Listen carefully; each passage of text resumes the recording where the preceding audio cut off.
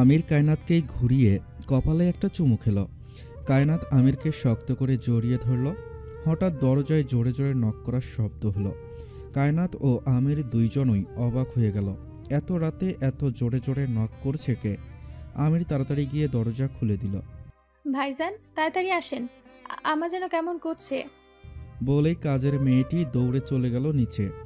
আমির যেন কানে কি শুনল বুঝতে পারল না। আম্মা, তার মানে মায়ের কিছু হয়েছে। সাথে সাথে কায়নাতের দিকে তাকিয়ে বলল, চলো। কায়নাত ও আমির দ্রুতই ঢুকলো মায়ের রুমে। ঢুকে দেখলো জোরে জোরে শ্বাস নিচ্ছে আমিরের মা। আমির দৌড়ে গিয়ে মায়ের শিউরের পাশে বসে বলল, কি হয়েছে আম্মা, কষ্ট হচ্ছে? আমাকে আর আগে জানাওনি কেন? বলেই সাথে সাথে প্রেশার মাপার যন্ত্রটা হাতে নিল আমির। প্রেশার মেপে দেখল 110/180। কায়নাতের দিকে তাকিয়ে বলল, অবশ্যই ভাইয়ের গাড়ির চাবি আছে, নিয়ে আসো। বেডসের টেবিলের ফার্স্ট ড্রয়ারে। কায়নাত সাথে সাথে গিয়ে মায়ের ড্রয়ার খুলে গাড়ির চাবি নিয়ে আমিরের হাতে দিল। আমির সেফালির দিকে তাকিয়ে বলল, মাকে রেডি করো, কায়নাত সাহায্য করো, এখন হসপিটালে নিয়ে যেতে হবে। শেফালি, বাসায় বাবা থাকুক, দেখে রেখো বাবাকে। বলেই সাথে সাথে চাবি নিয়ে গ্যারেজের দিকে গেল আমির। গাড়িতে বসেই মনে পড়ল বড় ভাই আবিরের কথা। চোখ দিয়ে 2 ফোঁটা পানি বের হলো আমিরের। কেন এমন হচ্ছে? কেন সবকিছু এলোমেলো হয়ে যাচ্ছে? আমি যে একা কোনো কিছু সামলাতে পারছি না ভাইয়া। নিজের কাছে নিজেকে অপদার্থ মনে হচ্ছে। ধীরে ধীরে গাড়ি স্টার্ট করলো আমির। গ্যারেজ থেকে বের হতেই কায়নাত শাশুড়ি মাকে ধরে গাড়ির কাছে আনলো। আমির বলল, মাকে ধরে পেছনে বসো কায়নাত। কায়নাত সাথে সাথেই গাড়ির দরজা খুলে শাশুড়ি মাকে প্রথমে গাড়ির ভেতরে ঢুকালো, তারপর নিজেও গাড়ির ভেতরে উঠে বসল। আমিরের মা চুপচাপ গাড়িতে কায়নাতের কাঁধে মাথা এলিয়ে দিয়ে শুয়ে রইল। কায়নাতকে বড্ড বেশি ভালোবাসে আমিরের মা। আবিরের ভাগের ভালোবাসাটুকুও যে কায়নাতকে দেয়, এসব ভেবেই চোখ বন্ধ করে দীর্ঘশ্বাস ছাড়ল আমিরের মা। হসপিটালের গেটের সামনে আসতেই আমির গাড়ি থেকে নেমে তাড়াতাড়ি পিছনের দরজা খুলে দিল। মাকে ধরে নামালো আমির। হুইল চেয়ারে করে হসপিটালের ভিতরে নিয়ে গেল। ইমার্জেন্সি ওয়ার্ডে নিয়ে গেল। ডক্টর চেক আপ করে বললেন, প্রেশার অনেক হাই, আজ ক্লিনিকে অ্যাডমিট রাখুন, বাসায় রাখাটা রিস্ক হয়ে যাবে। আজকে রাতটা আন্ডার কেয়ারে রাখতে হবে। যদি কোনো সমস্যা হয় তাহলে হয়তো আরও 2-1 দিন রাখতে হতে পারে। ওনার বয়সটা বেশি এবং মনে হয় কোনো কিছু নিয়ে দুশ্চিন্তায় আছেন। আমির করুণ চোখে তাকিয়ে রইল মায়ের দিকে। এই 2 দিনেই কতটুকু টেনশন নিয়েছে যে প্রেশার এত হাই হয়ে গিয়েছে। আমির ডক্টরকে বলল, ঠিক আছে ডক্টর, যা ভালো মনে হয় তাই করুন। হসপিটালে রাখলে যদি ভালো থাকে তাহলে রাখুন, আমাদের কোনো সমস্যা নেই, আর কোনো টেনশনের কারণ নেই ডক্টর। ডক্টর জবাবে বলল, আপাতত শারীরিক সেরকম কোনো সমস্যা ধরা পড়ছে না, তবে কিছু টেস্ট দিয়েছি। এখানে ভর্তি রাখার পর আস্তে আস্তে ব্লাড কালেক্ট করে টেস্টগুলো করিয়ে ফেলবো। আপনার টেনশন নিতে হবে না, আপনি ওনার যাবতীয় প্রয়োজনীয় জিনিসপত্র নিয়ে অ্যাডমিট হয়ে যান।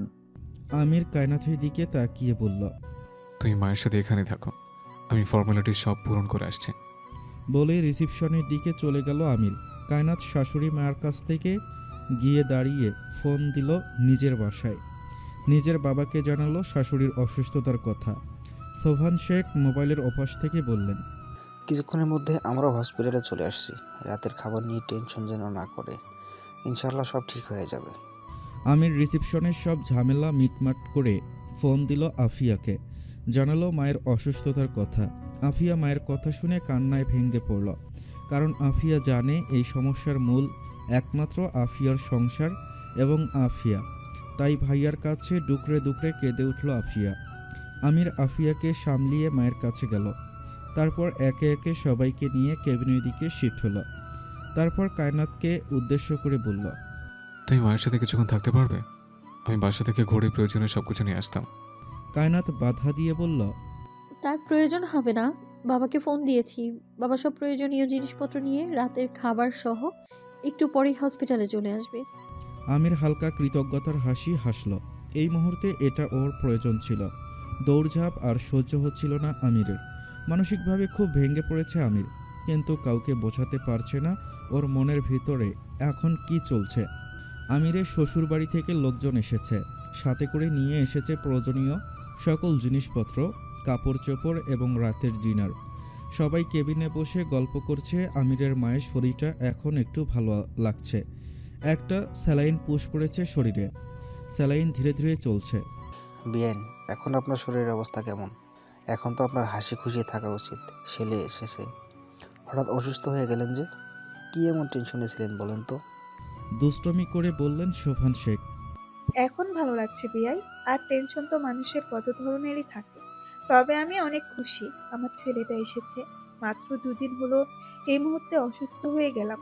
আমার নিজের কাছে তো যে খারাপ লাগছে, ছেলেটাকে কত টেনশন দিয়ে ফেললাম। বলেই আমিরের দিকে তাকালো আমিরের মা। আমির বলল, কোনো সমস্যা নেই আম্মা, তুমি শারীরিকভাবে সুস্থ, নিজের যত্ন নেবে, খেয়াল রাখবে। এছাড়া আর কোনো টেনশনও তোমার নিতে হবে না আম্মা, সমস্ত টেনশন আমার উপর দিয়ে দাও। সোভান শেখ বললেন, আমির বাবা, চলো খাওয়া দাওয়া করা যাক। সবাই আজকে একসাথে ডিনার করব। আর বিআই সাহেবের শরীর কেমন আছে? বাসায় একা আছেন, খোঁজ নিয়েছিলে? সব কিছু ঠিকঠাক আছে? জি বাবা, আবু ঠিক আছেন। শেফালি সাথে আছে আবুর দেখাশোনা করার জন্য, কোনো সমস্যা নেই।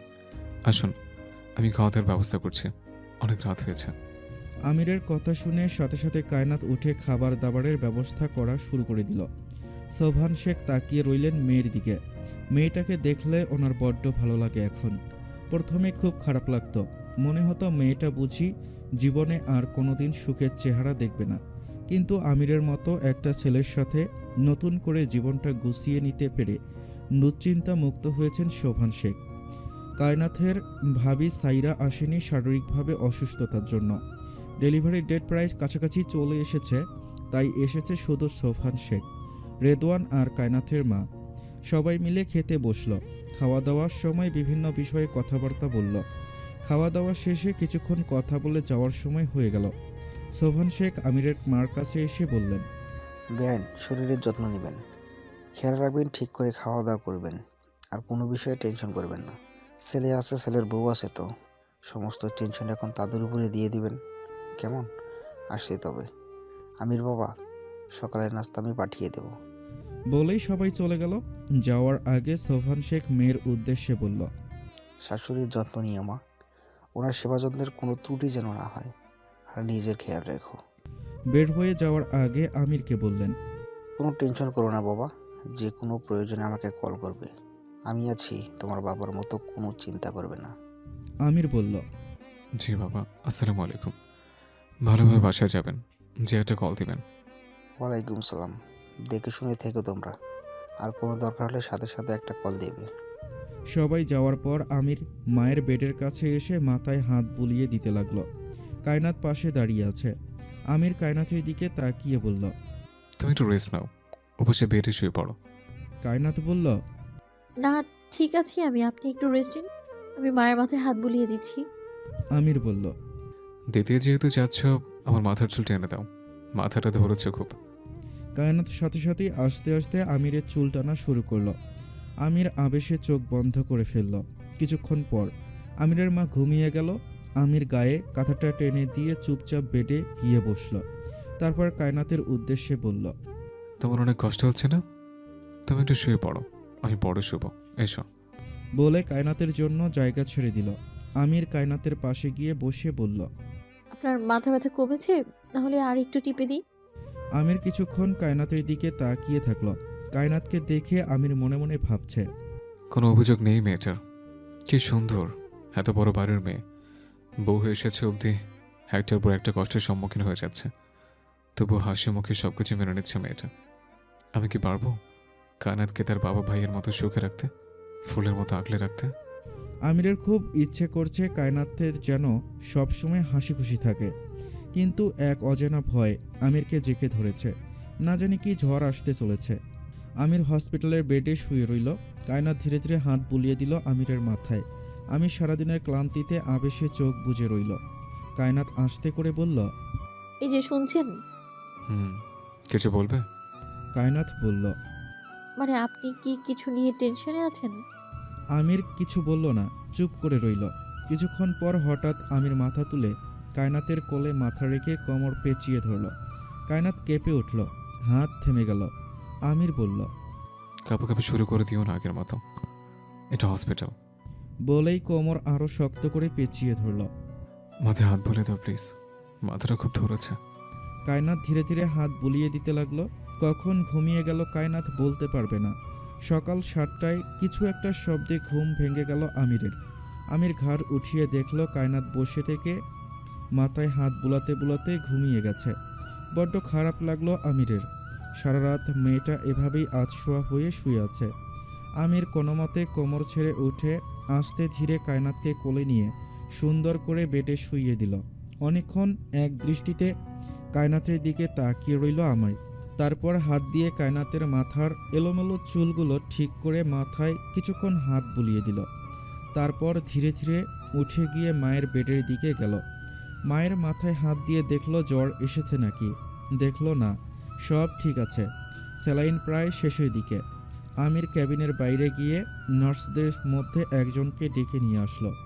স্যালাইন বা সকালে আর কোনো ঔষধ আছে কি না লিখে দিলে ঔষধ আনতে গেল। কায়নাত জেগে উঠল। উঠে দেখল শাশুড়ি মার অবস্থা কেমন।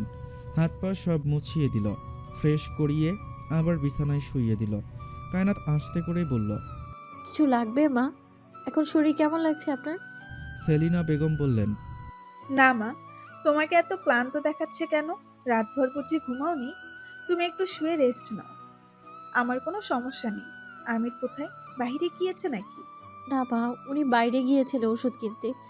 আর আপনি উঠে গ্যাস্ট্রিকের ওষুধটা একটু খেয়ে নিন। একটু পরে বাড়ি থেকে নাস্তা আর প্রয়োজনীয় সব জিনিসপত্র চলে আসবে। ডক্টর আসবে একটু পরে আপনাকে চেক আপ করতে। আমির ঔষধ এবং প্রয়োজনীয় কিছু জিনিসপত্র নিয়ে চলে আসলো। কায়নাতকে উঠে পড়তে দেখে বলল, তুমি উঠে গিয়েছো কেন? সারা রাত জেগেছিলে, একটু রেস্ট নিলে পারতে। তারপর মায়ের দিকে তাকিয়ে বলল, কেমন লাগছে আমার শরীর এখন? খারাপ লাগছে? প্রেশার কেমন লাগছে? সেলিনা বেগম বললেন, সব ঠিক আছে। তুই কোনো টেনশন করিস না বাবা। আমার কাছে একটু আয়, বস। আমির চুপচাপ মায়ের বেডে মায়ের মুখোমুখি হয়ে বসল। সেলিনা বেগম হাত তুলে আমিরের মাথায় হাত বুলিয়ে দিয়ে বললেন, তোকে এরকম লাগছে কেন দেখতে? রাতে বুঝি ঘুমাসনি? টেনশন করিস না, সব ঠিক হয়ে যাবে। আমি ঠিক আছি আম্মা, কিছু হয়নি আমার। তুমি টেনশন করো না, টেনশন করলে শরীর খারাপ হবে তোমার। এমন সময় দরজায় নক করার শব্দ হলো। ডক্টর এবং কিছু নার্স এসেছে। আমির উঠে দাঁড়ালো ফাইল নিয়ে। ডক্টর সামনে এসে প্রেশার এবং ডায়াবেটিস চেক করলো। সব কিছু চেক করে ডাক্তার রিপোর্ট দেখে বললেন, এখন ওনার শরীর ঠিক আছে। কিছু টেস্ট করানো হয়েছে, রিপোর্ট সন্ধ্যায় দেবে। রিপোর্ট দেখে বাকি কথা বলতে পারবো। আগামীকাল সকালে রিপোর্ট দেখিয়ে পেশেন্ট বাসায় নিয়ে যেতে পারবেন। বলেই ডক্টর চলে গেল কেবিন থেকে।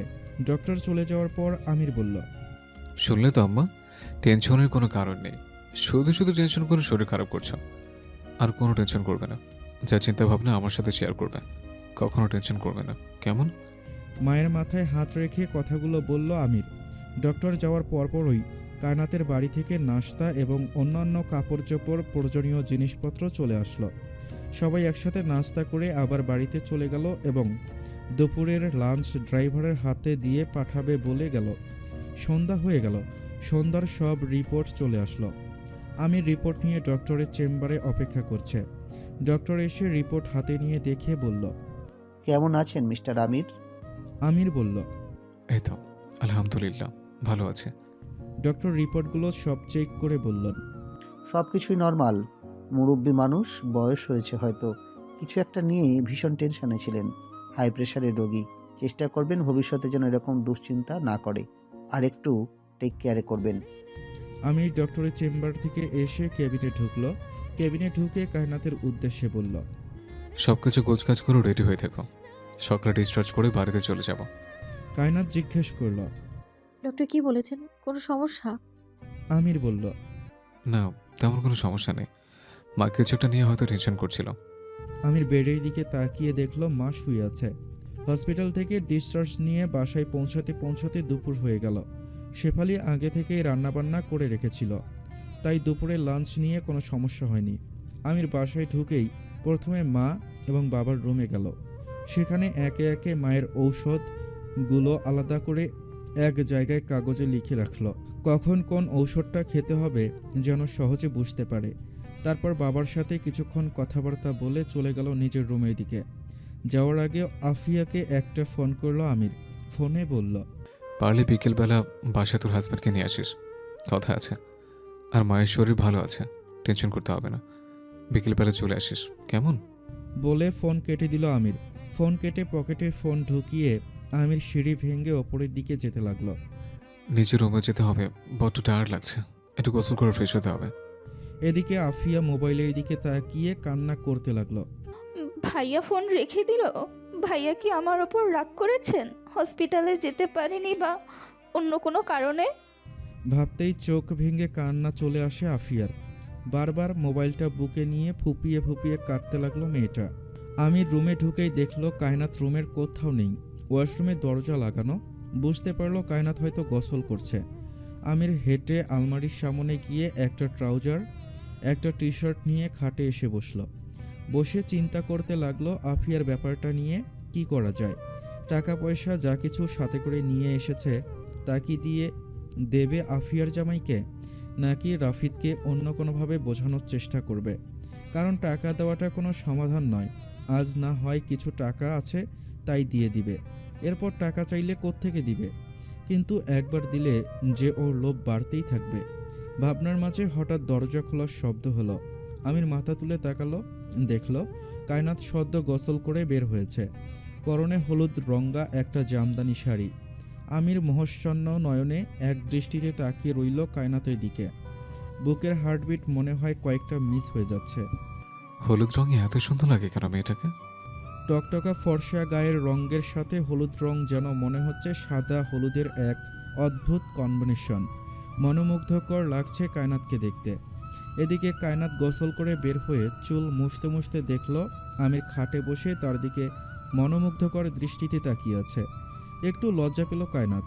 তারপর কোনো মতে ধীরে ধীরে হেঁটে ড্রেসিং টেবিলের সামনে গিয়ে চুল মুছতে লাগলো। চুল মোছার সময় আর চোখে কায়নাত একটু পরপর আমির দিকে তাকাচ্ছে। আমির এখনও এক দৃষ্টিতে তাকিয়ে আছে কায়নাতের দিকে। বারবার শুকনো ঢোক গিলছে। কায়নাত লজ্জায় ইতি উতি করছে, মনে মনে বলছে, এমনভাবে তাকিয়ে আছে কেন লোকটা? দিনে দুপুরে এরকম দৃষ্টি কি ইগনোর করা যায়? ভাবতে লাগলো কায়নাত। আমির বসা থেকে উঠে দাঁড়ালো।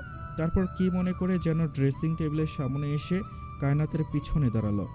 তারপর হঠাৎ কায়নাতের কোমর পেঁচিয়ে কায়নাতকে জড়িয়ে ধরে কাঁধে মাথা রেখে নাক ঘষতে ঘষতে বলল, হুটহাট এমন করে আমার সামনে চলে এসে কেন? নিজেকে নিয়ন্ত্রণ করতে তাই হচ্ছে আমার। তোমাকে একটুখানি ছুঁয়ে দেওয়ার আকাঙ্ক্ষায় হাতগুলো আমার নিষ্পেষ করতে থাকে। তোমাকে একটু গভীরভাবে আলিঙ্গন করার নেশায় বুকের ভিতর আমার সবসময় খা খা করে। সে কি তুমি বুঝতে পারো কায়নাত? বলেই কায়নাতের কাঁধে একটা চুমু খেলো আমির। হালকা ছোট্ট একটু স্পর্শে কেঁপে উঠল কায়নাতের তনুমন। নিজেকে সামলানো যেন দায় হয়ে যাচ্ছে। হার্টবিট সবগুলো মিস হয়ে যাচ্ছে। আশেপাশে দেখে মনে হচ্ছে সময়টা থমকে গিয়েছে। কোনো মতে কাঁপা কাঁপা কণ্ঠে শাড়ি ঠিক করে কায়নাত বলল, দরজা খোলা আছে, কেউ দেখে ফেলবে। আমির ঘোর লাগা কণ্ঠে বলল, দেখুক, যার ইচ্ছা হয় আসুক, কোনো সমস্যা নেই, এখন আমাকে ডিস্টার্ব করবে না। বলেই কায়নাতকে নিজের দিকে ঘুরিয়ে ঠোঁটে শব্দ করে চুমু খেলো আমির। কায়নাতের সর্বাঙ্গ কেঁপে উঠল। আমির কায়নাতের ঠোঁটজোড়া নিজের দখলে নিয়ে উন্মাদের মতো কিস করতে লাগলো। দুহাত দিয়ে আমিরের গলা জড়িয়ে ধরে আরও ঘনিষ্ঠ হলো কায়নাত। এভাবে কতক্ষণ পার হলো জানা নেই। দুজনের কেউ আর নিজেদের মধ্যে নেই। এমন সময় বাহিরে জোরে শেফালির গলার আওয়াজ পাওয়া গেল। ভাইজান ভাইজান বলতে বলতে রুমের দিকে আসছে। কায়নাত আওয়াজ শুনে সাথে সাথে আমিরকে একটু হালকা ধাক্কা দিয়ে দূরে সরিয়ে দিল। আমির হালকা ধাক্কায় ছিটকে অনেক দূরে সরে গেল। যেহেতু হুঁশ ছিল না এতক্ষণ কারোরই। সাথে সাথে রুমের মধ্যে প্রবেশ করলো শেফালি। শেফালির রুমে ঢুকেই দেখলো কায়নাত মাথা নিচু করে দাঁড়িয়ে আছে আর আমির ভাই একটু পাশেই হেলে পড়া ভঙ্গিতে দাঁড়িয়ে আছে এবং হাঁপিয়ে যাচ্ছে সমানে। শেফালি আমিরের দিকে তাকিয়ে বলল, আল্লাহ ভাইজান, কি হয়েছে আপনার? আপনি হাঁপাইতেছেন কেন? ডাক্তার ডাকন লাগবো নাকি? দাঁড়ান, আমি খালামারে কইতাছি। বলেই দৌড় দিবে এমন সময় আমির ধমকে উঠল শেফালিকে। এই দাঁড়া, তোকে বলেছি আমি অসুস্থ? তোকে বলেছি আমি খালামাকে ডাকতে? খালামা যে অসুস্থ তোর কি এটা মাথার মধ্যে নেই? যা গিয়ে টেবিলে খাবার বেরো রেডি কর, আমরা আসছি। শেফালি মাথা নিচু করে রইল। তারপর কায়নাতের দিকে তাকিয়ে বলল, ভাবি চলেন আমরা যাই। আমির বলল। যেতে বলেছি তোকে শেফালি, তো যা, আমরা আসছি। শেফালি চুপচাপ নিচে চলে গেল। কায়নাত লজ্জায় মাথা নিচু করে আছে। আমির কায়নাতের দিকে তাকিয়ে বলল, আরেকটু জোরে ধাক্কা দিতে, কি থপাস করে খাটের উপর পরে মাথা ফাটিয়ে ফেলতাম, তাহলে অনেক ভালো হতো। বলে কাপড় চোপড় নিয়ে ওয়াশরুমে গোসল করতে চলে গেল আমির। আমির ওয়াশরুমে ঢুকতেই কায়নাত ফিক করে হেসে দিল। তারপর আস্তে ধীরে আয়নার সামনে গিয়ে চুলগুলো ঝাড়তে লাগলো। খাবার টেবিলে বসে আছে আমির, কায়নাত, সেলিনা বেগম এবং আমিরের বাবা। শেফালি আগে খেয়ে নিয়েছে, তাই সবাইকে এখন সার্ভ করছে। আমিরের মা খেতে চাইছে না, কিন্তু আমির জোর করে বলল, একটু হলেও খেতে হবে আম্মা, কারণ খেয়েই তোমাকে ওষুধ খেতে হবে তো। অজ্ঞতা সেলিনা বেগমকে মন না চাইতেও একটু খেতে হলো।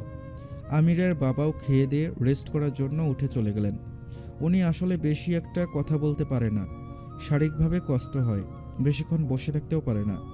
বাকি রইল কায়নাত ও আমির। আমির ও কায়নাত খাওয়া শুরু করলো। খাওয়ার সময় দুটো একটা কথা বলল, খুব একটা কথা বলল না। খাওয়া শেষ করে রেস্ট নিতে চলে গেল আমির এবং কায়নাত। গতকাল রাতে তেমন একটা ঘুমাতে পারেনি, তাই দুজনেরই ঘুম দরকার। বিকালে আফিয়া এবং আফিয়ার হাজব্যান্ড আসবে। কি করবে, কি কথা বলবে ভাবতে ভাবতে আমির আনমনে হেঁটে চলল নিজের রুমের দিকে। হাঁটতে হাঁটতে হঠাৎ পা ফসকে কায়নাতের ওপর পড়ে গেল। আহ! কায়নাত আহ শব্দ করে বলল, কি হলো? কোথায় তাকিয়ে হাঁটছিলেন? আর একটু হলেই তো পড়ে যেতেন। তোর কোথাও লাগেনি তো? দেখি দেখি। বলেই কায়নাতের হাত ধরে টেনে আমির কাছে নিয়ে আসলো। হাতে ঘুরে ঘুরে দেখছে কোথাও ব্যথা পেয়েছে কিনা। কায়নাত বলল, কি হয়েছে আপনার? পায়ে পায়ে বাড়ি খেয়েছেন, হাতে হাতে না। ও সরি সরি। বলেই আমির খাটে বসিয়ে কায়নাতের পা উঁচু করে নিজের হাঁটুতে রেখে দেখতে লাগলো পায়ে কিছু হয়েছে কিনা। দেখলো এক জায়গায় একটু লাল হয়ে আছে, পায়ে পাড়া লেগেছিল যে। আল্লাহ, ছাড়ুন, কি করছেন? পা দেখতে হবে না। বলেই কায়নাত উঠে যেতে লাগলো। এমন সময় আমির কায়নাতকে টেনে আবার বসিয়ে দিয়ে বলল, শশ, একদম চুপ, কোনো কথা বলবে না, দেখতে দাও আমাকে, কি হয়েছে। আমির পায়ে হালকা একটু অয়েন্টমেন্ট লাগিয়ে দিয়ে বলল, চুপচাপ রেস্ট করো, শুয়ে থাকা এখন, একটু পালে পালে করবে না, খবরদার। আমার অনেক ঘুম প্রয়োজন, আমি তোমাকে ধরে একটু ঘুমাবো, খবরদার নড়াচড়া করবে না এখন। বলেই আমির কায়নাতকে জড়িয়ে ধরে বিছানায় শুয়ে পড়ল। কায়নাতের যেন হৃদয় স্পন্দন বন্ধ হয়ে যাচ্ছে, এত জোরে জড়িয়ে ধরে ঘুমিয়েছে। একটুও নড়াচড়ার কোনো উপায় নেই। পায়ের ওপর পা তুলে হাত দিয়ে কোমর পেট জড়িয়ে ধরে ঘুমিয়ে আছে আমির। কায়নাত খুব আস্তে ধীরে বলল, শুনছেন? একটু হালকা করে ধরুন না, আমি তো নিঃশ্বাস নিতে পারছি না। না, এর চেয়ে হালকা করে ধরতে পারবো না, আমি এভাবেই ধরি, অভ্যাস করো নাও, আস্তে ধীরে অভ্যাস হয়ে যাবে, নিঃশ্বাসও নিতে পারবে।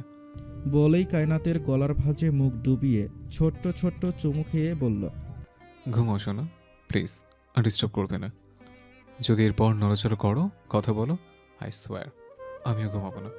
এর ফল তুমি ভোগ করবে, আমাকে কোনো কিছুর জন্য দোষ দিতে পারবে না। কায়নাত নড়াচড়া বন্ধ করে দিল। শ্বাস প্রশ্বাস যেন থমকে গেছে। এভাবে কিছুক্ষণ পর দুজন ঘুমের দেশে তলিয়ে গেল। 5টার দিকে মোবাইলের অ্যালার্ম বাজার শব্দ শুনে ঘুম ভেঙে গেল আমিরের। আমির ঘুম থেকে উঠে দেখল কায়নাত আমিরের বুকে ঘুমিয়ে আছে। কিছুক্ষণ কায়নাতের দিকে তাকিয়ে থেকে আমির ঘুম থেকে উঠল নামাজ পড়ার জন্য। নামাজ পড়ার পর আফিয়া এবং আফিয়ার হাজবেন্ড আসবে, ওদের সাথে একটু কথা বলতে হবে, তাই কায়নাতকে আর ডাকলো না, চুপচাপ ঘুমাতে দিল। ঘুম থেকে উঠে একাই নামাজ পড়বে। নামাজ পড়ার পর আমির মোবাইল বের করে কল করলো আফিয়াকে, জিজ্ঞেস করলো কত দূর আছে। ওরা জানালো আর কিছুক্ষণের মধ্যে বাসায় পৌঁছে যাবে। আমির ফোন রেখে গেল বাবা মায়ের রুমের দিকে। তাদের সাথে কিছু কথা আগে থেকে বলে রাখা প্রয়োজন, কিছু কথা যা আমির কখনোই চায় না কায়নাত বা কায়নাতের পরিবার পর্যন্ত জানুক।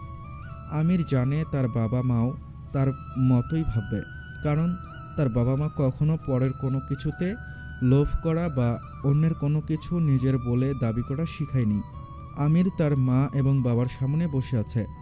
আমিরের বাবা যদিও বেশি কথা বলতে পারে না, তাও আমতা আমতা করেই বললেন, তুমি যা সিদ্ধান্ত নিবে তাই। আমরা কখনোই তোমাকে অনৈতিক বা অসত্য কোনো কিছু করা শেখাইনি। আমার তোমার উপরে বিশ্বাস আছে। তুমি আফিয়ার জন্য সবচেয়ে ভালো সিদ্ধান্তটাই নেবে বড় ভাই হিসেবে। এবং তার সাথে এটাও মনে রাখবে, কায়নাত আমাদের দূরের বা পর কেউ নয়। ও আমাদের একটা মেয়ে, আমার পরিবারের অবিচ্ছেদ্য অংশ। তাই কোনোভাবে ভুলেও যেন ওর উপর কোনো কষ্ট বা কোনো অসম্মানের আঁচ না লাগে। সেলিনা বেগম আমিরকে বললেন, তুই কি মনে করিস আমি আফিয়ার মা, তাই আমি কায়নাতের বাড়ি থেকে টাকা আনতে বললাম? আমি শুধু বলেছি আফিয়ার জামাই কি বলছে। তুই হয়তো বুঝতে পেরেছিস, আমিও কোনোদিন চাই না কায়নাতের বাড়ি থেকে টাকা এনে আফিয়ার জামাইকে দিতে। এতে ওর লোভ দিনকে দিন বেড়েই যাবে, পরে বিশাল সমস্যাই হয়ে যাবে। বিয়াই হয়তো এবার দিয়েই দিবেন, কিন্তু আমি চাই না আমার ছেলে কখনো তার শ্বশুরবাড়ির কাছে মাথা নিচু করে থাকুক, তাও আমার মেয়ের শ্বশুরবাড়ির কারণে। প্রয়োজনে এর থেকে কঠোর সিদ্ধান্ত নিবি, কিন্তু কোনোভাবে মাথা বিকিয়ে অসম্মানিত হয়ে কোনো সিদ্ধান্ত নিবি না। তোর বড় ভাই আবির বেঁচে থাকলেও আরো কঠোরভাবে হয়তো এগুলো দমন করতো। তুই একটু কোমল মনের, তাই অনেক ভেবেচিন্তে সিদ্ধান্ত নিচ্ছিস। আমার আবির আবার এরকম ছিল না। আবির এটাকে কোনোদিনও প্রশ্রয় দিত না। আমি আমার দুই ছেলেকেই জানি, আমি এও জানি আফিয়া কোনোভাবেই এই সিদ্ধান্তে রাজি হবে না। আমি আমার ছেলে মেয়েকে কখনোই অনৈতিক কোনো কিছু করতে শেখাইনি, আমার মেয়েটাও এরকম করেছে। তাই তুই যে সিদ্ধান্ত নেবি দেখবি বোন হিসাবে ও খুশি খুশি মেনে নিয়েছে। তাই তুই মনের মধ্যে এইভাবে কোনো চাপ রাখিস না যে আফিয়া হয়তো মন খারাপ করবে। বলেই ছেলের মাথায় হাত রাখলেন সেলিনা বেগম। কিছুক্ষণ থেমে সেলিনা বেগম আবার বলতে শুরু করলেন, মা তো এক ছেলেকে হারিয়েছে, আরেক মেয়ে সংসার হয়তো ভাঙার পথে। ছোট্ট ছেলেটারও আবার মন ভালো না, সবকিছু মিলিয়ে তাই একটু প্রেশার হাই হয়ে গেছিল। কিন্তু আমি কখনো মন থেকে এটা চাইনি যে কায়নাথের ফ্যামিলির থেকে টাকা এনে আফিয়াকে দিব। বিশ্বাস কর বাবা। আমির মায়ের হাতে হাত রেখে বলল, বিশ্বাস করি আম্মা, আমি জানি, এর জন্য তোমাদের কাছে এসেছি।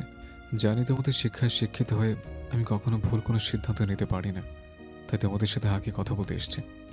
এখন আমার অনেক ভালো লাগছে মা, মনে হচ্ছে বুকের উপর অনেক বড় একটা চাপ কমে গেল।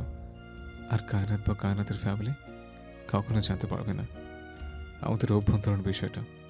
যদি জানতে পারে আমি শিওর তারও কোনো না কোনোভাবে টাকা দেওয়ার চেষ্টা করবে, কিন্তু আমি নিতে চাই না আম্মা। ওনারা ভীষণ ভালো মানুষ আর কায়নাতকে প্রচণ্ড ভালোবাসে, তাই কায়নাতের ফ্যামিলিতে কোনো সমস্যা হবে এবং তারা সমাধান করবে না এটা তারা মেনে নিতে পারবে না। ওনারা অনেক আপন মনে করে, অনেক কিছুই দিতে চাইবে, কিন্তু আমি নিতে চাই না মা। আমার যতটুকু সাধ্য আছে আমি ততটুকু দিয়ে কায়নাতকে সুখী করতে চাই। কায়নাতও সেরকম শান্তশিষ্ট মেয়ে, ওর অনেক বিশেষ কিছু চাহিদা নেই। এতদিনে যা বুঝতে পেরেছে ওর অনেক উচ্চাকাঙ্ক্ষা আছে, তাই আমার কোনো সমস্যা হবে না। আমার যতটুকু থাকবে তাতেও সন্তুষ্ট থাকতে পারবে। বিকেল গড়িয়ে প্রায় সন্ধ্যা হয়ে এলো, এখনও আফিয়া আসছে না। আমির ফোন দিল আফিয়াকে। আফিয়া জানালো বাড়ির সামনেই আছে। আমির বাবা মাকে জানালো ওরা প্রায় চলে এসেছে। দরজায় কলিং বেল বাজতেই শেফালি দৌড়ে গিয়ে দরজা খুলে দিল। দরজা খুলে দেখলো আফিয়া বড় একটা ব্যাগ নিয়ে একাই দাঁড়িয়ে আছে। শেফালি এদিক ওদিক চোখ বুলিয়ে দেখলো দুলাভাই আসেনি। শেফালি চিন্তিত হয়ে জিজ্ঞেস করলো, আফা, দুলাভাই আহে নাই লগে? আপনি কি একলাই আইছেন? আফিয়া মুস্কি হেসে বলল, আগে ভিতরে তো আসতে দিবি, ব্যাগটা নিয়ে আয়, আমি যাচ্ছি বাবা মায়ের ঘরে। বলে বাবা মায়ের ঘরের দিকে চলে গেল আফিয়া। দরজার কাছে আসতেই দেখলো আমির ভাই এবং মা বাবা তিনজন একসাথে এক রুমে বসে আছেন। আফিয়া দৌড়ে গিয়ে আমিরকে জড়িয়ে ধরে বলল, ভাইয়া, অনেক মিস করেছি তোমাকে, মনে হয় কতদিন ধরে দেখি না। আমির সযত্নে বোনকে বুকে টেনে নিয়ে মাথায় হাত বুলিয়ে দিল, তারপর বলল, আমি তোদেরকে অনেক মিস করেছি। কেমন আছিস বনু? আজ তো কোনো সমস্যা হয়নি তো তোর? বলেই আমির দরজার দিকে চোখ দিল, দেখলো আফিয়ার জামাই এসেছে কিনা। দেখলো না, রাফিদ আসেনি, শুধু একাই আফিয়া এসেছে।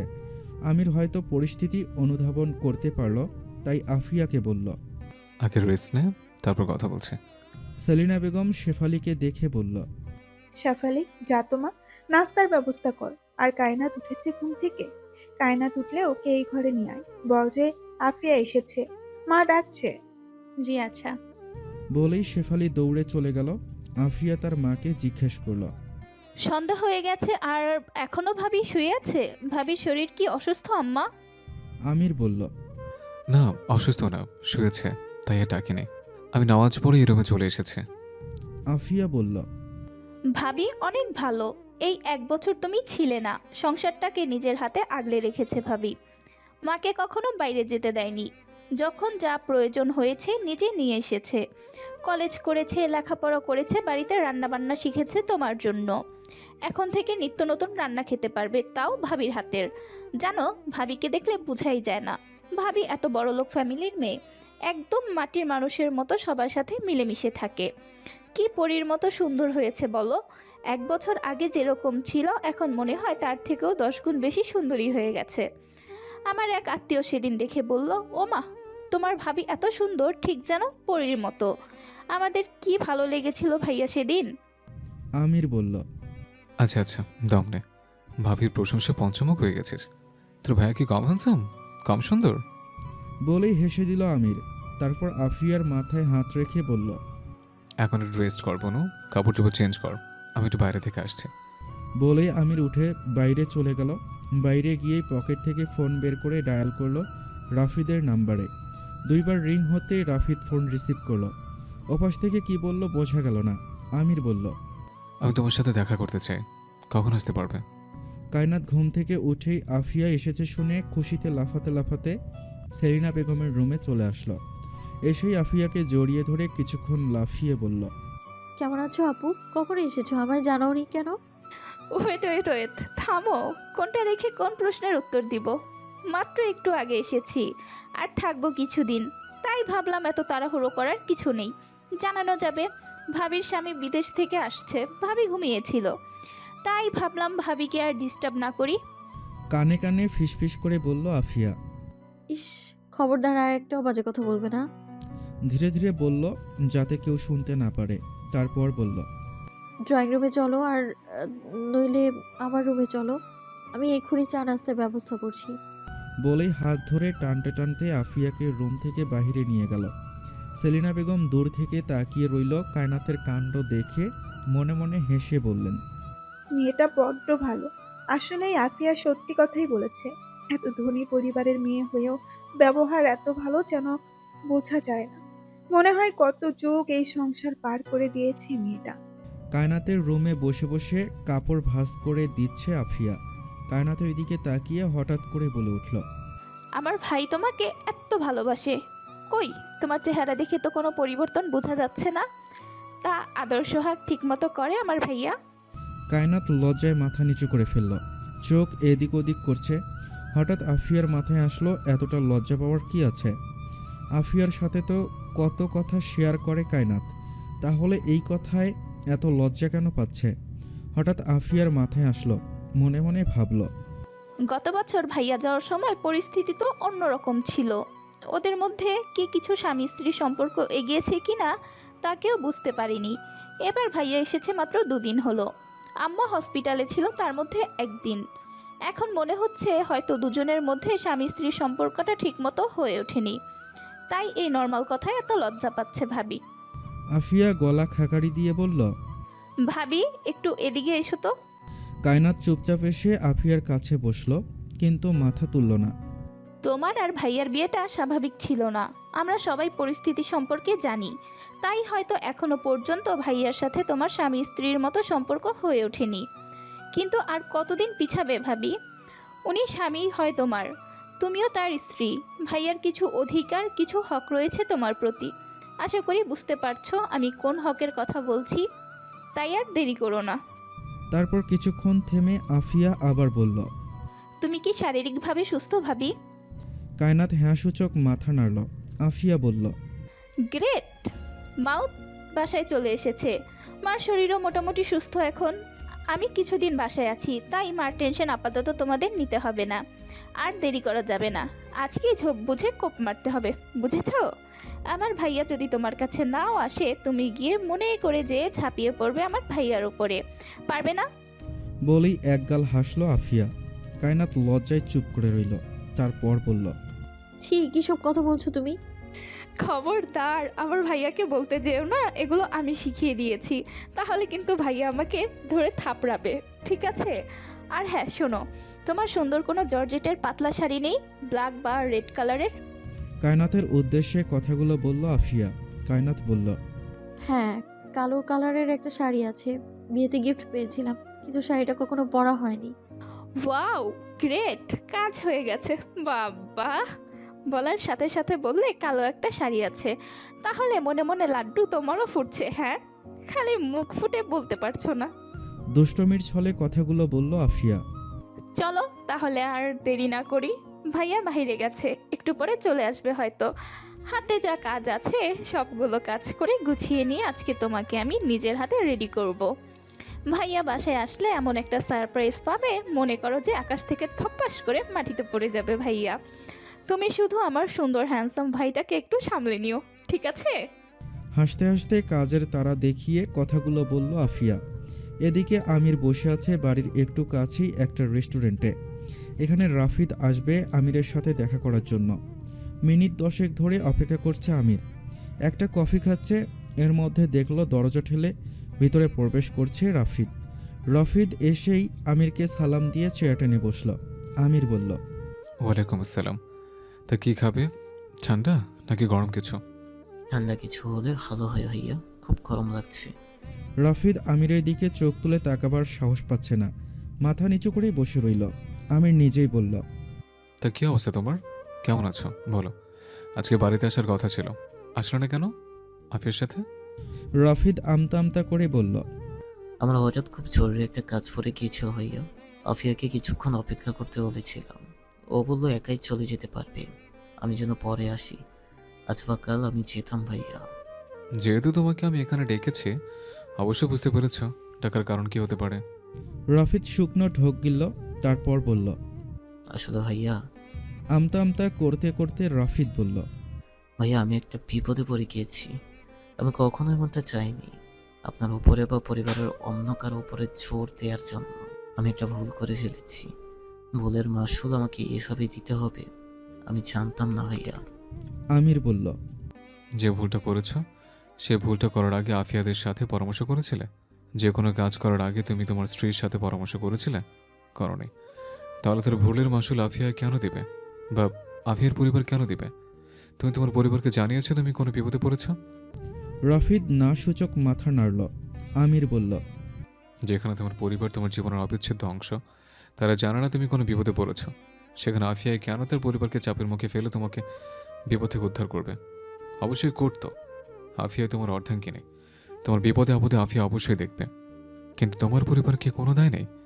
তারা কেন জানবে না ওনাদের ছেলে কি ভুল করেছে বা কি কি কি বিপদে পড়েছে? ওনারা সাহায্য করতে কেউ যদি অপারগ হতো, যদি আমাদেরও মনে হতো যে হ্যাঁ আমাদের এগিয়ে আসা দরকার, তখন না হয় আমরা এগিয়ে আসতাম। কিন্তু আমি তোমার শ্বশুরবাড়ির লোক সম্বন্ধী হই, আমার বোনের সংসার, এসব চিন্তা ভাবনা করেই সমস্ত দায়ভার কি আমাদের নিতে হবে?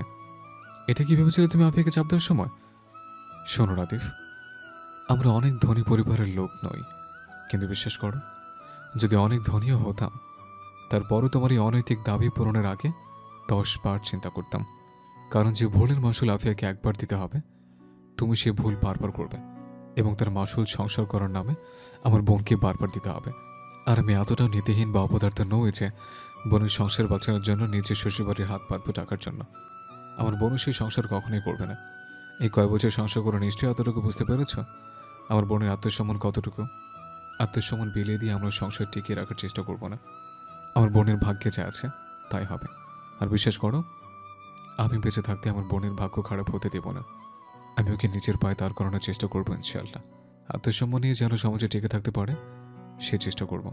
আত্মসম্মান বিলিয়ে তোমার পায়ে পড়ে সংসার করতে বাধ্য করবো না আমার বোনকে। কথাগুলো বলেই রাফিদের উত্তরের আর অপেক্ষা করল না আমির। উঠে দাঁড়িয়ে গেল, দাঁড়িয়ে বলল,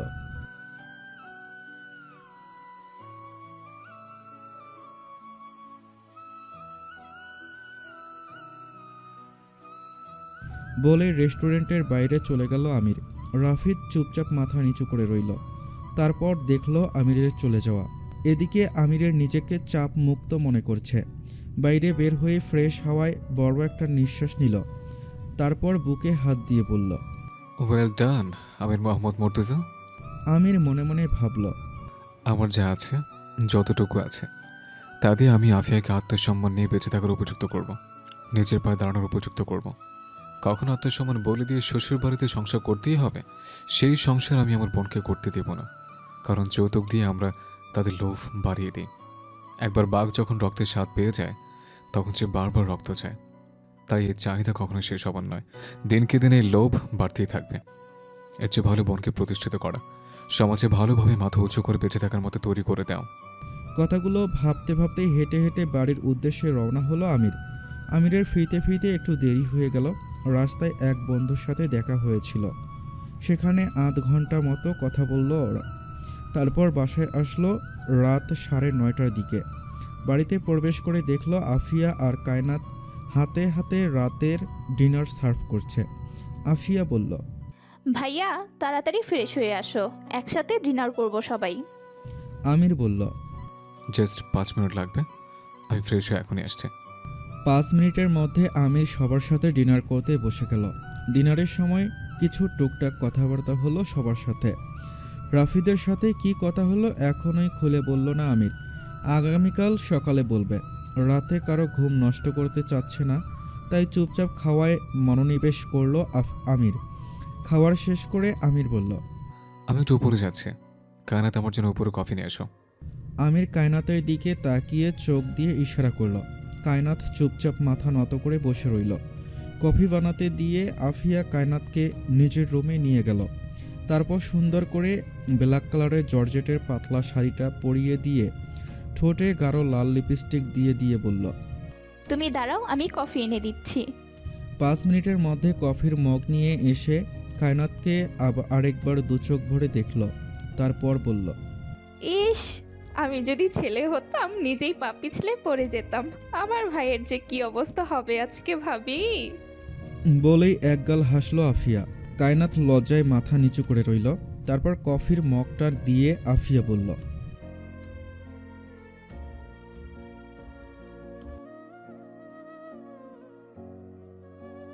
আমির রুমে টুকটাক কিছু একটা কাজ করছিল।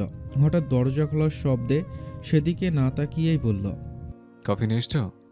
বলেই দরজায় তাকিয়ে হতবাক হয়ে গেল আমির। বুকের স্পন্দন যেন সব বন্ধ হয়ে গেল আমিরের। নিঃশ্বাস নিতে পারছে না, বুকে চাপ অনুভব করছে। হঠাৎ মনে হচ্ছে রুমের ভিতর অক্সিজেনের অভাব। চোখের পলক ফেলতে পারছে না আমির। লজ্জায় কায়নাতের পা জোড়া থেমে আছে। কফি নিয়ে আর রুমের ভেতরে আসতে পারছে না। যেভাবে তাকিয়ে আছে আমির, মনে হচ্ছে আমিরের দৃষ্টি কায়নাতকে এফর ওফর করে দিচ্ছে। আমির গলা খাকারি দিয়ে বলল, ভেতরে এসো, কফি ঠান্ডা হয়ে যাবে। কায়নাত আমিরের কথা শুনলেও ঠিক ঠাহর করতে পারল না। চোখ তুলে তাকিয়ে রইল আমিরের দিকে। আমির বুঝতে পারছে কায়নাত হেজিটেটেড ফিল করছে, তাই আমির পা চালিয়ে ধীরে ধীরে নিজেই কায়নাতের সামনে এসে দাঁড়ালো। তারপর কায়নাতের হাত ধরে নিজের থেকে একটু সামনে এনে দরজায় ছিটকিনি লাগিয়ে দিয়ে কায়নাতের হাত থেকে কফিটা নিল। কায়নাতের লজ্জায় যেন মাটির নিচে ঢুকে যেতে ইচ্ছে হচ্ছে। এত পাতলা শাড়ি আগে বুঝতে পারেনি কায়নাত। পরার পর আয়নাতে নিজেকে দেখে নিজেই অবাক হয়ে গিয়েছে।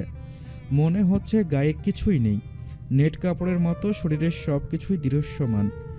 আর তার ওপর আমিরের তীক্ষ্ণ তীরের মতো দৃষ্টি। মনে হচ্ছে শরীর এফর ওফর করে দিয়ে বের হয়ে যাচ্ছে।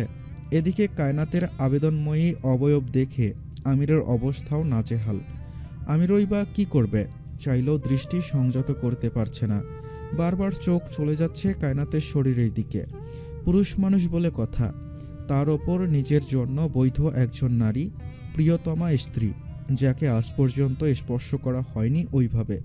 তাকে ওইভাবে দেখলে কোনো পুরুষই বা ঠিক থাকতে পারবে? আমিরের রন্ধে রন্ধে প্রত্যেকটা লোমকূপে যেন কারেন্ট বয়ে যাচ্ছে। নিজের চিন্তা চেতনার সাথে যুদ্ধ করছে আমির। নিজেকে নর্মাল দেখানোর জন্য কোনো রকম এক চুমুক দিয়ে কফিটা খেয়ে ফেলল আমির। যদিও কফি প্রায় ঠান্ডা হয়ে গিয়েছিল, এক চুমুকেই শেষ করে দিল। কফির মগটা টেবিলে রেখে আবার ঘাড় ঘুরিয়ে তাকালো কায়নাতের দিকে। আমির আর নিজেকে নিয়ন্ত্রণে রাখতে পারছে না, তাই দ্রুত পায়ে হেঁটে এসে কায়নাতের সামনে এসে দাঁড়ালো আমির। আমির ঘন ঘন জোরে জোরে নিঃশ্বাস নিচ্ছে। আমিরের ঘন ঘন উষ্ণ গরম নিঃশ্বাস পড়ছে কায়নাতের শরীরের ওপর। আমিরের উষ্ণ গরম নিঃশ্বাস কায়নাতের শরীরে পড়তেই কায়নাত যেন মোমের মতো গলে যেতে থাকলো। আমির হঠাৎ কায়নাতের কোমর ধরে হ্যাঁচকা টানে নিজের শরীরের সাথে মিশিয়ে ফেলল। কানের কাছে মুখ নিয়ে ফিসফিস করে বলল, কে শিখিয়েছে এসব? এটা তোমার মাথায় আসার কথা না। নিশ্চয়ই আফিয়া। তবে যা শিখিয়েছে ভালো শিখিয়েছে। একবার যখন সিংহের গুহায় পা দিয়েছ তখন শিকার না হয়ে ফিরে যেতে পারবে না। বলেই কায়নাতকে কিছু বলার বা সরে যাওয়ার সুযোগ না দিয়ে শক্ত করে জড়িয়ে ধরে পাগলের মতো গালে, ঠোঁটে, কপালে সব জায়গায় চুমু খেতে লাগলো আমির। কায়নাত কিছু বলবে তার আগেই ঠোঁটে ঠোঁট ডুবিয়ে কায়নাতের কথা বলা বন্ধ করে দিল আমির। বেশ কিছুক্ষণ পর ঠোঁটজোড়া ছেড়ে দিয়ে আমির বলল, শ্, আজ একটা কথাও না জান, প্লিজ কিছু বলবে না। যা হবে চুপচাপ শুয়ে নেবে, কেমন? আজ আমাকে থামাতে চেও না প্লিজ, বড্ড উন্মাদ হয়ে আছে আমি। বলেই এক হাত দিয়ে সাথে সাথে কায়নাতের বুকের আঁচলটা ফেলে দিয়ে নিজের শরীরের সাথে জড়িয়ে ধরল আমির। ঠোঁটে ঠোঁট মিশিয়ে গাঢ় চুম্বনে লিপ্ত হলো আমির। কায়নাতের হাত দুটো ঘুরিয়ে পিছিয়ে পিছনে ধরে কায়নাতকে নিজের সাথে মিশিয়ে কিস করতে লাগলো আমির। কায়নাত ধীরে ধীরে আমিরের শক্তির সাথে না পেরে পিছু হটতে হটতে দেয়ালের সাথে গিয়ে মিশে গেল। আমির কায়নাতের ঠোঁটজোড়া ছেড়ে দিল। কায়নাত হালকা হালকা করে নিঃশ্বাস নিতে লাগলো। আমির এক পা পিছনে গিয়ে কায়নাতের মাথা থেকে পা পর্যন্ত দৃষ্টি বুলালো। প্রতিটি নিঃশ্বাসের তালে তালে কায়নাতের বুকের ওঠানামা ঘোর লাগা দৃষ্টিতে অবলক্ষণ করছে আমির। তারপর কি মনে করে হাঁটু ভেঙে কায়নাতের কোমরের কাছে বসে কোমরে পেটে মুখ গুজে দিল। আমিরের এহেন স্পর্শে কায়নাতের শরীর কেঁপে উঠল। আমির উন্মাদের মতো কায়নাতের কোমর, পেটে, নাভিতে চুমু দিতে লাগলো আর হালকা হালকা কামড় দিতে লাগলো। কায়নাত ব্যথায় মৃদু চিৎকার করে উঠল। আমির ঘোর লাগা কণ্ঠে কায়নাতের দিকে তাকিয়ে ধীরে কিন্তু স্পষ্ট আওয়াজে বলল, তোমার এই শব্দগুলো আমাকে আরো ট্রিগার করে কায়নাত, সেটা কি তুমি জানো না? আমিরের কথাগুলো শুনে কায়নাত শুকনো ঢোক গিলল, জিভ দিয়ে ঠোঁট ভেজালো, দাঁত দিয়ে নিচের ঠোঁট কামড়ে ধরল। এই দৃশ্য দেখে আমিরের যেন ভিতরে অন্য এক পিপাসার্ত তৃষ্ণাত্ম আমির জাগ্রত হলো। আমির ধীরে ধীরে পেট, কোমর, নাভিতে চুমু খেতে খেতে ওপরের দিকে উঠতে লাগলো। বুকে, গলায় চুমু খেতে লাগলো আর কানের কাছে ফিসফিস করে বলল, আমার ভেতরে পিপাসাকে অনেক বাড়িয়ে দিয়েছো কায়নাত। আজ তুমি আমার ভেতরে পিপাসাকে নিবারণ করবে। সামনে মিষ্টি পানির নদী বয়ে চলেছে, অথচ আমি তৃষ্ণার্থ। এটা তো মেনে নেওয়া যায় না, বলো? বলেই কায়নাতের কোমল ঠোঁটজোড়া আঁকড়ে ধরল আমির। এভাবে বেশ অনেকক্ষণ চুমু খেয়ে কায়নাতকে কোলে তুলে নিল আমির। কোলে নিয়ে বিছানার কাছে গিয়ে কায়নাতকে বিছানায় ছুঁড়ে ফেলে ধীরে ধীরে নিজের শার্টের বোতাম খুলতে লাগলো আমির। কায়নাত ভয়ে শুকনো ঠোঁটজোড়া বারবার জিভ দিয়ে ভেজাতে লাগলো আর একটু একটু করে পিছনে সরে যেতে লাগলো। এদিকে আমির শার্ট খোলার পর ফ্লোরে ছুঁড়ে ফেলে কায়নাতের পা ধরে টেনে নিজের কাছে টেনে আনলো। আমির এক দৃষ্টিতে তাকিয়ে আছে কায়নাতের দিকে, তারপর একটু ঝুঁকে এসে কায়নাতের কানের পিঠে চুমু খেয়ে ফিসফিস করে বলল, এত ভয় পাচ্ছ কেন তুমি? শোনো কায়নাত, ভয় পাও, কান্না করো, চিৎকার করো, যা খুশি তাই করো, কিন্তু আজকে তোমার রেহাই নেই। আজকে কিছুতেই না করবে না, এটা তোমার স্বামীর আদেশ। বুঝতে পেরেছো সোনা? বলেই কায়নাতের ঠোঁটজোড়া আঁকড়ে ধরল আমির। আফিয়া রাতে ডিনার শেষ করে রুমে গিয়ে একটু রিল্যাক্স করছিল। এমন সময় ফোন আসলো রাফিদের। আফিয়া ফোন ধরতেই রাফিদ বলল, তুমি তোমার ভাইকে কি বলেছ? রেস্টুরেন্টে এসে আমাকে এতগুলো কথা শুনিয়ে গেল। নিশ্চয়ই কেঁদে কেটে বিচার দিয়েছ ভাইয়ের কাছে। আমি কি তোমাকে কখনো অত্যাচার করেছি আফিয়া? কখনো গায়ে হাত তুলেছি, কটু কথা বলেছি? একটা সমস্যায় পড়েছি, বলেছি তোমার ফ্যামিলি থেকে কিছু টাকা পয়সা এনে আমাকে উদ্ধার করো। খুব বেশি কিছু বলেছি? আফিয়া হালকা একটু শব্দ করে হাসলো, তারপর বলল, আমি আমার ভাইকে কিছুই বলিনি। ভাই আমাকে অনেক ভালোবাসে, হয়তো নিজে থেকেই বুঝে গিয়েছে সমস্যাটা কি। সবাই তো আর তোমার ফ্যামিলির মতো না। এতদিন ধরে টেনশনে আছো, তোমার আমার এত ঝগড়া হচ্ছে, অথচ তারা দেখো যেন চোখ কান বন্ধ করে রেখেছেন। জানতেও চাইনি তোমার কি হয়েছে। আমাদের পরিবার আবার মধ্যবিত্ত ফ্যামিলি তো, একজনের চোখ দেখলে আরেকজন বলতে পারে সে কি সমস্যায় আছে। তোমরা একটু হাই ক্লাস ধনী পরিবার, তাই হয়তো কেউ কারো সমস্যা নিয়ে মাথা ঘামায় না। শোনো রাদিফ, আমরা মধ্যবিত্ত পরিবার ঠিক আছে, কিন্তু কখনো অন্যের কোনো জিনিসে আমাদের চোখ পড়ে না। আমরা এতটা লোভী না পরের জিনিসে কখনো আমাদের লোভ হয় না। তুমি ভাবলে কি করে আমার ভাই এত কষ্ট করে ইনকাম করেছে, সেই টাকাটা আমি তোমাকে দিয়ে দিব তোমার জুয়া খেলার জন্য, তোমার সমস্যার জন্য? বা আমার ভাবি পরিবার ধনী তাই বলে সেখান থেকে টাকা নিয়ে আমি তোমাকে দিব? তুমি ভাবলে কি করে এমন সংসার আমি মুখ বুজে খুশি খুশি মেনে নিব? এতদিন চুপ করেছিলাম কারণ আমার ভাই ছিল না বাড়িতে। আমি চাইনি আমার বৃদ্ধ বাবা মা এটা নিয়ে কোনো টেনশন করুক। আমার ভাই এসেছে, এখন ভাই সিদ্ধান্ত নিবে, এবং আমার ভাই ভালো করেই জানে এমন সংসার আমি করব না যেখানে টাকা দিয়ে আমার সুখ কিনতে হয়। সাপের 5 পা দেখেছ? সংসার করার ইচ্ছা নাই, মধ্যবিত্ত বললে না তো কি করবে শুনি? আর এটা বিয়ে দিবে তোমার ভাই? সেই বিয়ে, সেই হাজবেন্ড কি টাকা ছাড়া তোমায় বিয়ে করবে নাকি? অবজ্ঞার সুরে কথাগুলো বলল রাফিদ। বিয়েটাই কি সব নাকি? নিজের পায়ে দাঁড়াবো, পড়ালেখা যেখান থেকে বন্ধ করেছিলাম সেখান থেকে আবার স্টার্ট করব আমি। আর যাই করি তোমার মতো মেরুদণ্ডহীন কোনো ছেলের সাথে সংসার করব না আমি, যার জুয়ার টাকার জন্য বইয়ের ফ্যামিলির কাছ থেকে টাকা চেয়ে আনতে হয়। বলেই ফোন রেখে দিল আফিয়া। এদিকে সেলিনা বেগম ও আমিরের বাবা কথা বলছেন আফিয়ার বিষয়ে। যতই তারা জানুক অন্যায়ের সাথে তারা মাথা নত করবে না, কিন্তু তারপরও মেয়ের মা মনটা ছটফট করছে মেয়ের ভবিষ্যতের কথা চিন্তা করে। সেলিনা বেগম বলল, এই যে শুনছেন, আমাদের জীবনটা কেন এমন হলো বলবেন? একটা ছেলে মারা গেল, আল্লাহর ডাকে সাড়া দিয়ে চলে গেল একটা মেয়ের ভবিষ্যতের অন্ধকার পথে। আর একটা ছেলে একা কত বোঝা টানবে পরিবারের, তা বলতে পারেন? ছেলেটাও যে আমার শুরু থেকেই শুধু স্যাক্রিফাইস করে যাচ্ছে। শুরুতে আমি জোর দিয়ে ওকে ভাইয়ের বউয়ের সাথে বিয়ে করিয়ে দিলাম। একবার জানতেও চাইলাম না কখনো ওর কোনো পছন্দ আছে কিনা, ওর কোনো স্বাদ আহ্লাদ আছে কিনা। এখন আবার আফিয়া ভাতটা ওর কাঁধে দিয়ে দিচ্ছি। আমরা আর কতদিন বলেন? সারা জীবন তো ওকেই টানতে হবে। বলেই সেলিনা বেগম অঝরে কেঁদে দিলেন। আমিরের বাবা সেলিনা বেগমের মাথায় হাত দিয়ে বললেন, কেঁদো না সেলিনা। আমিরের বয়স অল্প হলেও আমার ছেলেটা দায়িত্বজ্ঞানহীন নয়। দেখো, আমাদের আফিয়ার জন্য ও ভালো কিছু অবশ্যই করবে। কে বলেছে সারা জীবন টানতে হবে ওকে? তুমি শোনোনি ও আমার মেয়েকে নিজের পায়ে দাঁড় করাবে? আফিয়া নিজে ওর ভার বহন করবে, অন্য কারো কাঁধে চড়ে থাকবে না। আর আমাদের আমিরের বউ কায়নাত, ও অনেক লক্ষ্মী একটা মেয়ে। আফিয়াকে নিয়ে তোমার এত চিন্তা করতে হবে না সেলিনা। কায়নাত মা ওকে ঠিক দেখে রাখবে, দেখো, নিজের বোনের মতোই। এদিকে আমির ছটফট করছে কায়নাতকে একটু কাছে পাওয়ার জন্য। কায়নাত জুবুথুবু হয়ে বসে আছে হাঁটু ভাঁজ করে খাটের ওপরে। আমির ধীরে ধীরে কায়নাতের দিকে এগোলো।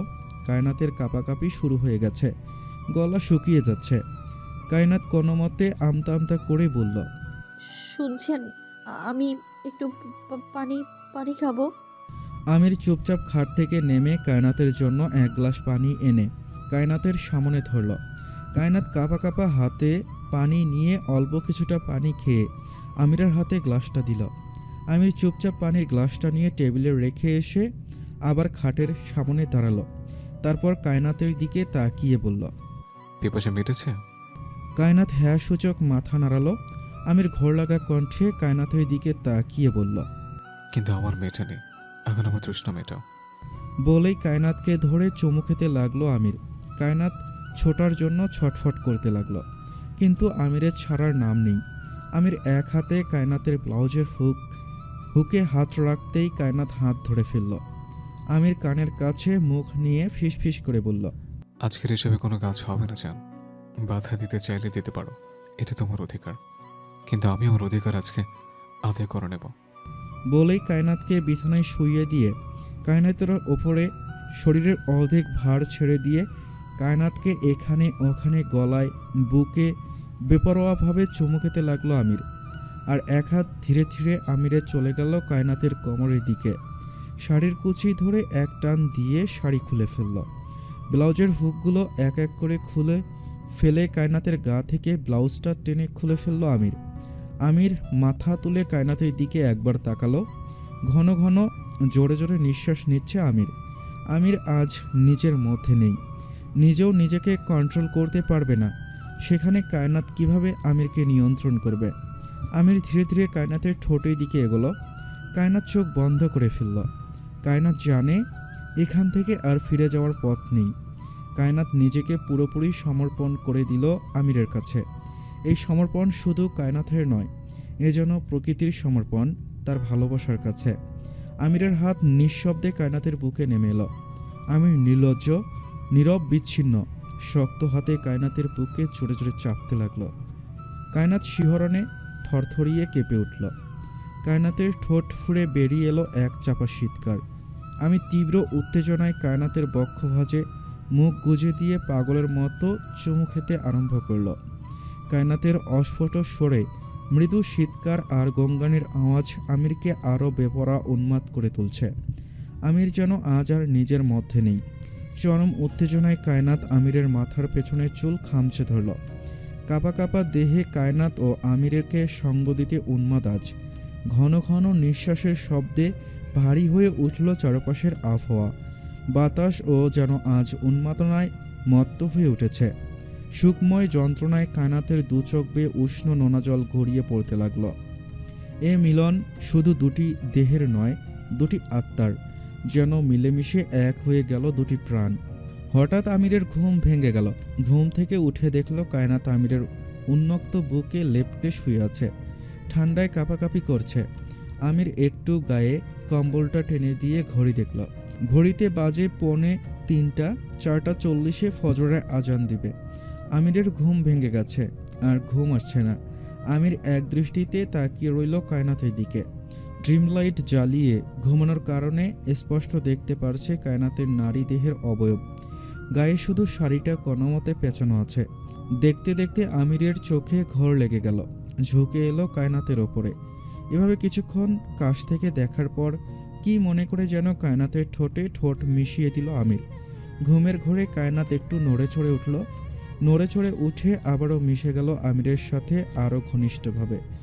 আমির যেন আরও সাই পেল, জড়িয়ে ধরে কায়নাথকে কিস করতে লাগলো আরও ঘনিষ্ঠভাবে। এভাবে কিছুক্ষণ চুমু খাওয়ার পর কায়নাথ ঘুমের মধ্যে হাত চলে গেল আমিরের ঘাড়ে, চুলে হাত বুলাতে লাগলো। সব কিছুই করছে কায়নাথ ঘুমের ঘোরে। ছোট্ট বিড়ালছানা যেমন আদর পেলে আরও বুকের সাথে লেপ্টে যায়, কায়নাথও ঠিক সেই রকম ঠান্ডার মধ্যে একটু গরম উষ্ণ ছোঁয়া পেয়ে আরও আমিরের উন্মুক্ত বুকের সাথে লেপ্টে গিয়ে চুমু খেতে লাগলো। কায়নাথের রেসপন্স পেয়ে আমির আরও অবাধ্য হলো। হাত জোড়া অবাধ্য হয়ে উঠল ধীরে ধীরে। হাতের বিচরণ চলতে লাগলো কায়নাথের সারা শরীর জুড়ে। ধীরে ধীরে আমিরের হাতের এলোমেলো স্পর্শে ঘুম একটু হালকা হতে লাগলো কায়নাথের। চোখ খুলে দেখলো আমির কায়নাথকে চুমু খাচ্ছে। কায়নাথ নিজেও আমিরকে সাড়া দিয়ে আমিরকে জড়িয়ে ধরে আছে। কায়নাথ লজ্জা পেয়ে গেল। লজ্জায় আমিরের বাহুডোর থেকে ছোটার চেষ্টা করলো। আমির আরও শক্ত করে চেপে ধরল কায়নাথের শরীর। তারপর ঠোঁট ছেড়ে কোনোমতে কায়নাথের দিকে তাকিয়ে বলল, এত ছোটাছুটি কেন করছে জান? এখন আর ছুটতে পারবে না। তুমি সারা দিয়ে আমার ভেতরে ক্ষুধার্ত আমিরকে জাগিয়ে তুলেছ কায়নাথ, এখন আর ছুটতে পারবে না। বলেই কায়নাথকে আর কোনো কিছু বলার সুযোগ না দিয়ে কায়নাথের গা থেকে পেঁচানোর শাড়িটা একটানে খুলে ফ্লোরে ছুঁড়ে ফেলে দিল। আবারও কায়নাথের মাঝে মত্ত হলো আমির। কায়নাথ কিছুক্ষণ শরীরের সর্বশক্তি দিয়ে ছোটার চেষ্টা করতে লাগলো। এ যেন এক বৃথা আস্ফলন। আমিরের শক্তির সাথে পেরে উঠছে না কায়নাথ। অজ্ঞতা নিজেকে সমর্পণ করে দিতে হলো আমিরের পাগলামির কাছে। কায়নাথ শুয়ে শুয়ে গঙ্গাতে লাগলো আর চিৎকার করতে লাগলো। আমির চরম উন্মাদনায় বেপরোয়া হয়ে উঠল।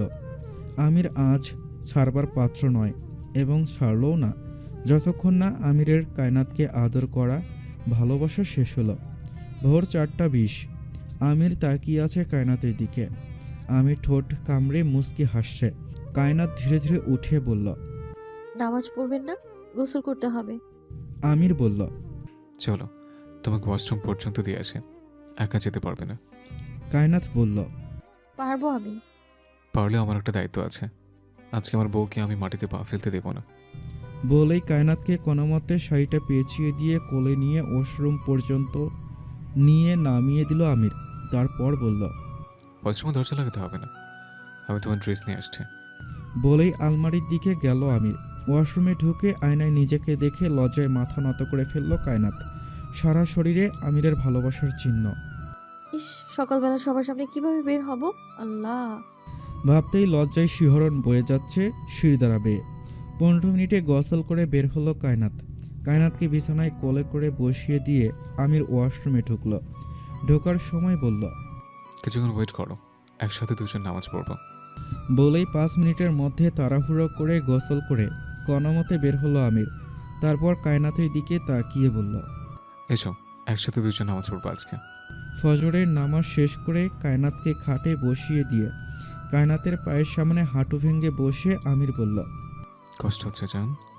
কায়নাত চুপ করে রইল, না সূচক মাথা নাড়ল। কিন্তু আমির জানে কায়নাতের কষ্ট হচ্ছে, তার ওপরে ভোরের এই পাগলামি। আমির উঠে গেল সাথে সাথে। কায়নাত বলল, কোথায় যাচ্ছেন আপনি?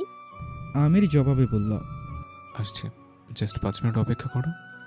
বলেই নিচে কিচেন থেকে 10 মিনিটের মধ্যেই 2টা ডিম নিয়ে একটি নুডলস তৈরি করে নিয়ে আসলো আমির।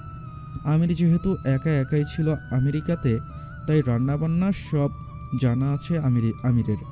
নুডলসটা নিয়ে এসে বলল, তাড়াতাড়ি খাও, খেয়ে তোমাকে পেন কিলার খেতে হবে।